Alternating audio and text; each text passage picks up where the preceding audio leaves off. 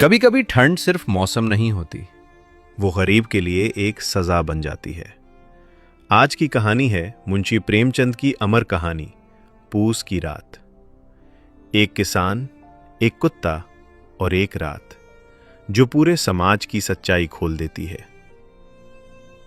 कहानी का मुख्य पात्र है हल्कू, एक गरीब किसान। घर में खाने को कम, पहनने को कम और ऊपर से साहूकार का कर्ज।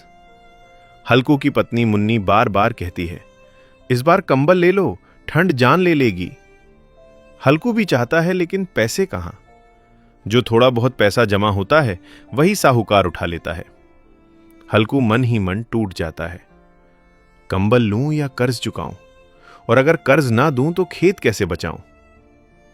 हल्की हवा, दूर कुत्ते के भौंकने की आवाज, गरीबी वाला शांत माहौल। आखिर मुन्नी ने जो थोड़े पैसे छिपा कर रखे थे, हल्कू वही लेकर साहूकार के पास जाता है। वो सोचता है, आज साहूकार को कुछ दे दूं, बाकी बाद में, और कंबल ले लूं। लेकिन साहूकार कहां मानने वाला। वो पैसे झपट लेता है और ताना मारता है, इतना ही लाए हो, बाकी कहां है? हल्कू चुप। उसकी आंखों के सामने कंबल का सपना टूट जाता है। वो घर लौटता है, खाली हाथ। मुन्नी गुस्से और दुख में कहती है, अब रात कैसे कटेगी? पूस की रात है, जान निकल जाएगी। हल्कू बस इतना बोलता है, अब जो होगा देखा जाएगा। रात होती है, पूस की रात, कड़ाके की ठंड। हल्कू को खेत की रखवाली करनी है, क्योंकि नीलगाय और जंगली जानवर फसल बर्बाद कर देते हैं। हल्कू खेत पर पहुंचता है। उसके साथ है उसका कुत्ता जबरा। हल्कू आग जलाता है, पर आग छोटी और ठंड बड़ी। हवा आग को बार बार कमजोर कर देती है। हल्कू कांपते हुए जबरा से कहता है, आज तो ठंड हड्डी तोड़ रही है रे। जबरा भी सिकुड़कर बैठ जाता है, जैसे वो भी समझ रहा हो ये रात आसान नहीं। हल्कू कभी उठकर खेत देखता, कभी आग को रेतता, लेकिन ठंड शरीर के साथ साथ हिम्मत भी जमा देती है। जबरा, अगर जानवर आए तो भौंकना। भौं। कुछ देर बाद दूर से आहट होती है। हल्कू चौंकता है। नीलगाय खेत में घुसाई हैं।